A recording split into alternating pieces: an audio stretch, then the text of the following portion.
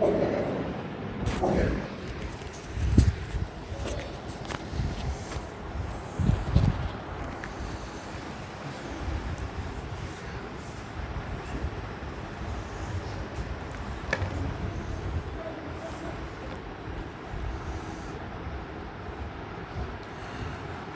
باللہ من الشیطان الرجیم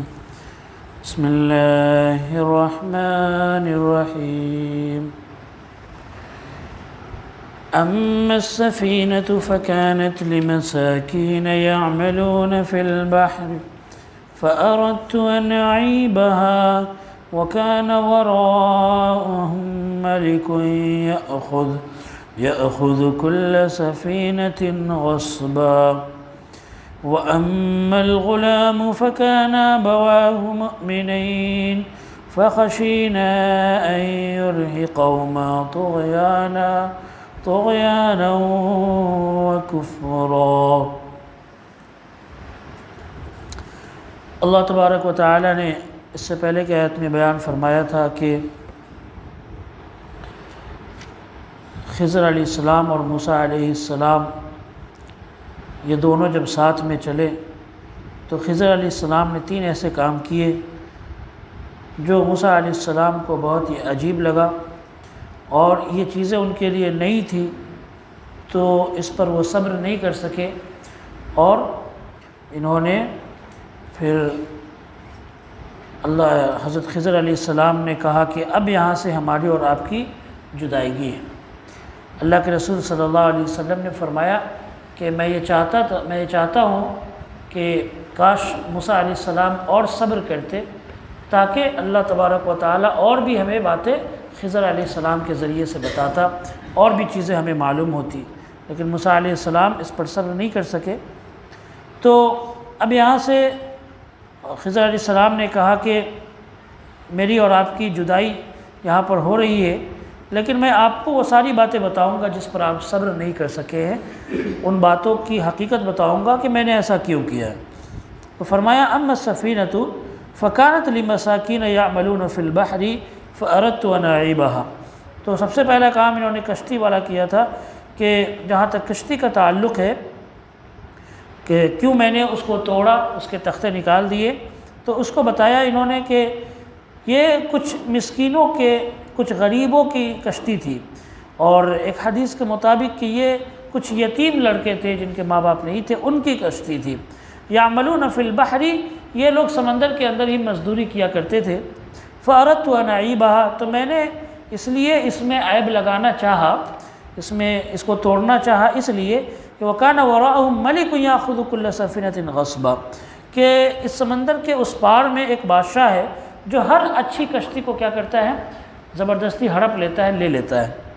تو میں نے یہ چاہا کہ میں اس کو توڑ دوں، اس کے تختے نکال دوں، تاکہ جو ہے یہ بیچارے اسی سے کماتے کھاتے ہیں، اگر یہ کشتی بھی بادشاہ لے لے گا تو یہ کمائیں گے کیسے، اور کس طرح سے سمندر میں گھومیں گے، یہی ان کی روزی کا ذریعہ ہے۔ تو اس میں نے عیب اسی لیے لگایا۔ بادشاہ جو ہے ہر اچھی کشتی کو لے لیتا ہے، لیکن بادشاہ اس میں عیب کو دیکھے گا تو کہے گا کہ یہ تو میرے کسی کام کی کشتی نہیں ہے، اور یہ روایتوں میں آتا ہے کہ بعد میں خضر علیہ السلام نے اس کو ٹھیک بھی کر دیا تھا۔ تو پہلی وجہ یہی تھی کیوں انہوں نے کشتی توڑی، کیونکہ یہ کچھ غریب اور مزدور لوگ تھے، انہی کی کشتی تھی اور اسی کے ذریعے سے وہ کھاتے پیتے تھے۔ لیکن سمندر کے اس پار میں ایک بادشاہ تھا، اور اس بادشاہ کا علم صرف حضرت خضر علیہ السلام کو تھا، دوسرے لوگوں کو نہیں تھا۔ تو خضر علیہ السلام نے اسی لیے اس کشتی کو توڑ دیا تاکہ بادشاہ اس کو ہڑپ نہ کرے، اس کو لے نہیں، اور یہ لوگ اپنا آرام سے کمائے کھائے۔ وَأَمَّا الْغُلَامُ، اب جہاں تک کہ دوسری بات ہے کہ بچے کو کیوں قتل کیا، تو انہوں نے بیان فرمایا فَكَانَ أَبَوَاهُ مُؤْمِنَيْنِ، کہ ان کے جو والد ہیں، ماں باپ، ان کے دونوں ماں باپ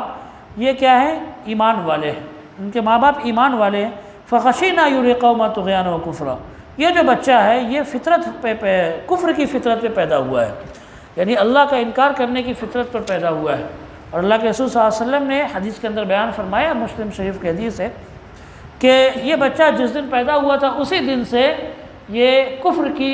اللہ کے انکار کرنے کی فطرت پر پیدا ہوا تھا۔ تو خضر علیہ السلام نے اس بچے کو اس لیے مار دیا تاکہ یہ بچہ جو ہے آگے چل کر یہ انہوں نے بیان کیا کہ ہمیں ڈر ہوا کہ کہیں آگے چل کر یہ اپنے ماں باپ کو سرکشی پر اور اللہ کا انکار کرنے پر مجبور نہ کر دے، اس لیے اس بچے کو ہم نے یہ کر دیا۔ فَأَرَدْنَا أَن يُبْدِلَهُمَا، ہم نے یہ چاہا کہ اللہ تبارک و تعالی ان دونوں کو اس بچے کے بدلے میں اور زیادہ بہتر اور زیادہ پاکیزہ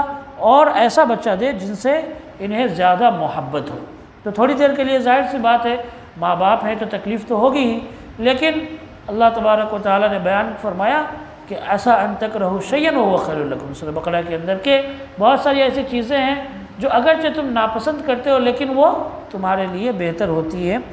بھلائی کی چیزیں ہوتی ہیں۔ تو یہ بات ان کے ماں باپ کو تھوڑی دیر کے لیے بری لگی، لیکن خضر علیہ السلام نے اسی لیے کیا تھا کہ بعد میں یہ بچہ جب بڑا ہو تو اپنے ماں باپ کو مجبور نہ کرے کفر پر، اللہ کا انکار کرنے پر، سرکشی پر، اس لیے اس بچے کو مارا۔ وَأَمَّا الْجِدَارُ، اور اب تیسرا کام انہوں نے کیا تھا کہ دیوار جو گر رہی تھی اس کو ٹھیک کر دیا، تو اس کے بارے میں بیان فرمایا کہ جہاں تک کہ دیوار کا تعلق ہے فَكَانَ لِغُلَامَيْنِ يَتِيمَيْنِ، تو یہ جو دیوار ہے یہ جو 2 یتیم بچوں کے ہیں، فی المدینتی، اس گاؤں کے اندر 2 یتیم بچے ہیں، ان 2 یتیم بچوں کی یہ دیواریں ہیں۔ وَكَانَ تَحْتَهُ كَنْزٌ لَهُمَا، اور اس دیوار کے نیچے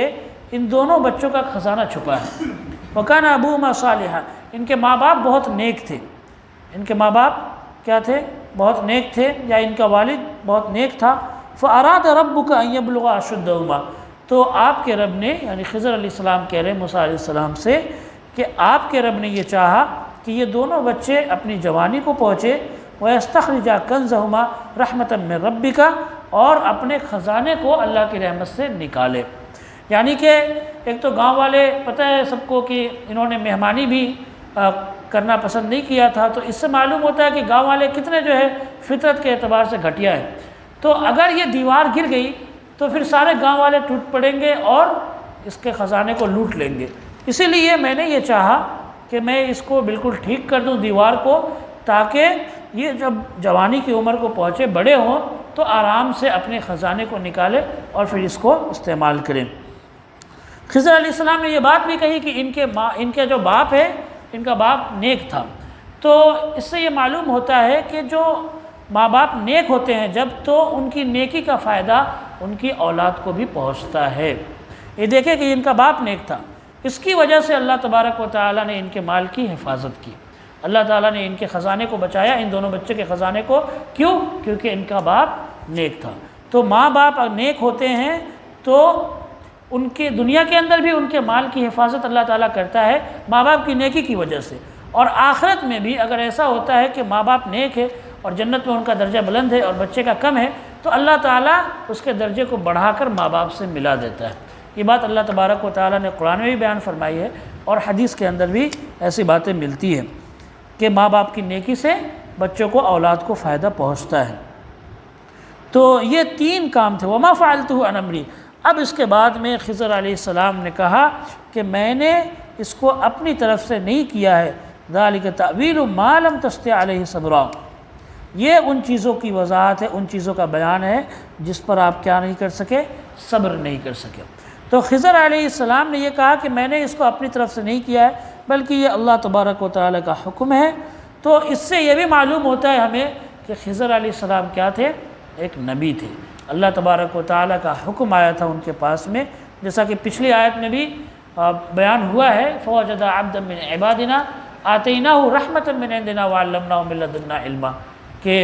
موسیٰ علیہ السلام اور ان کے نوکر یوشع بن نون علیہ السلام نے، ان دونوں نے وہاں پر اللہ کے ایک بندے کو پایا جس کو اللہ نے اپنی طرف سے علم دیا تھا۔ تو یہ معلوم ہوتا ہے اس سے کہ خضر علیہ السلام نبی تھے۔ اب یہاں پر ایک سوال ہوتا ہے کہ یوشع بن نون کا ذکر، یعنی ان کے غلام کا، شروع میں آیا لیکن اب وہ کہاں گئے؟ تو یہ یاد رکھیں کہ جب موسیٰ علیہ السلام کا ذکر آیا ہے تو پھر ظاہر سی بات ہے ان کے ساتھ میں یوشع بن نون بھی ہیں، ان کے نوکر بھی ہیں۔ یہ الگ بات ہے کہ اللہ نے خاص طور سے ذکر نہیں کیا ہے، لیکن ہر جگہ ان کے ساتھ میں ہی ہوں گے، موسیٰ علیہ السلام کے یوشع بن نون ساتھ میں ہی ہوں گے۔ یوشع بن نون جو تھے یہ غلام تھے موسیٰ علیہ السلام کے، لیکن بہت نیک صالح تھے، اور اللہ تبارک و تعالیٰ نے ان کو نبی بنایا، ان کو اللہ تبارک و تعالیٰ نے نبی بنایا۔ تو یہاں ذکر اصل جو ہے خضر علیہ السلام اور موسیٰ علیہ السلام کا ذکر، ان کا واقعہ اللہ تبارک و تعالیٰ نے بیان کیا ہے، اسی لیے انہی چیزوں کو بیان کیا ہے اللہ تبارک و تعالیٰ نے۔ یوشع بن نون ان کے ساتھ میں ہی تھے، اور موسیٰ علیہ السلام کے بعد میں بنی اسرائیل کی ذمہ داری انہی کو ملی۔ بنی اسرائیل کے والی، ان کے ذمہ دار یوشع بن نون علیہ السلام ہی ہوئے، یہ غلام جو موسیٰ علیہ السلام کے ساتھ میں تھے۔ تو یہ موسیٰ علیہ السلام اور خضر علیہ السلام کا پورا تفصیل سے واقعہ اللہ تبارک و تعالیٰ نے بیان فرمایا ہے۔ اور جیسا کہ اس سورہ کے شروع میں بیان ہوا تھا کہ یہ ان واقعات کے بارے میں یہ سوال کیا کرتے تھے اس وقت کے یہودی ان سب کے بارے میں، تو اللہ تبارک و تعالیٰ نے اس کے بارے میں تفصیل کے ساتھ میں بیان فرمایا، اور بالکل عین بات، حقیقی بات اللہ تبارک و تعالیٰ نے بیان فرمایا ہے۔ اس کے بعد میں انشاءاللہ تبارک و تعالیٰ ذوالقرنین اور یاجوج ماجوج کا واقعہ شروع ہوگا۔ اللہ تبارک و تعالیٰ سے دعا ہے کہ اللہ ہم سب کو کہنے سننے سے زیادہ عمل کرنے کی توفیق عطا فرما۔ دعوانا الحمدللہ رب العالمین وما علینا الا البلاغ۔